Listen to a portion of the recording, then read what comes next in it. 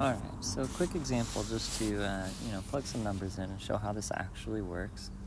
So let's say we have these two circuits. We'll call this one circuit A and this one circuit B, and we're going to add these two in series and in parallel, just to show. So say in circuit A, one of the capacitors is 6 microfarads and the other capacitor is 3 microfarads. And of course they're sitting in a series combination configuration. So the equivalent capacitance is equal to this 1 over the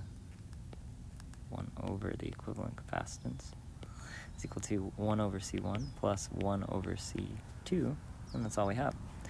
And so that would be 1 over 6 microfarads plus 1 over 3 microfarads, right?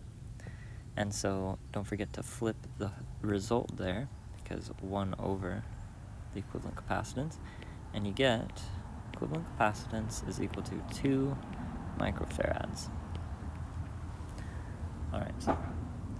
And if we were to find the charge, right, the charge on each capacitor in series is the same as that on the equivalent capacitance.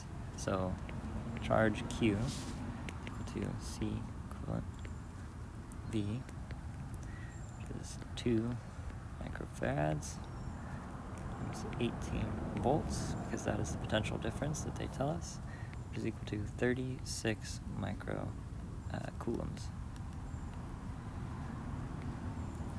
All right. And the potential difference across each capacitor is inversely proportional to its capacitance. So we have this total charge here, and we can find the potential difference across each of them individually by saying, let's say this is C1 and this is C2. I'll label these as well while we're at it over here. All right, so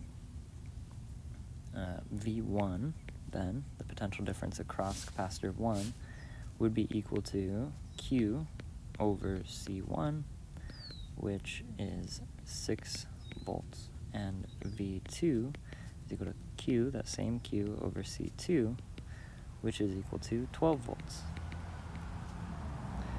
All right, so that's for A, right? Now for B, they're in the parallel configuration. So the combined equivalent resistance adds very simply C1 plus C2, which is 6 plus 3 is 9 microfarads. The potential difference across each of the capacitors is the same as that across the equivalent capacitor, right? The potential difference is the same because things are equal across things in parallel, right?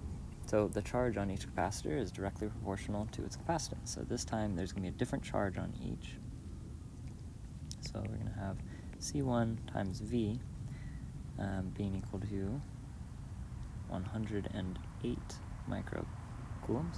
And then Q2, different charge, but same voltage, C2 times V is equal to 54 microcoulombs. All right. Next, we talk about RC circuits, which are not radio controlled. They're resistance capacitor circuits.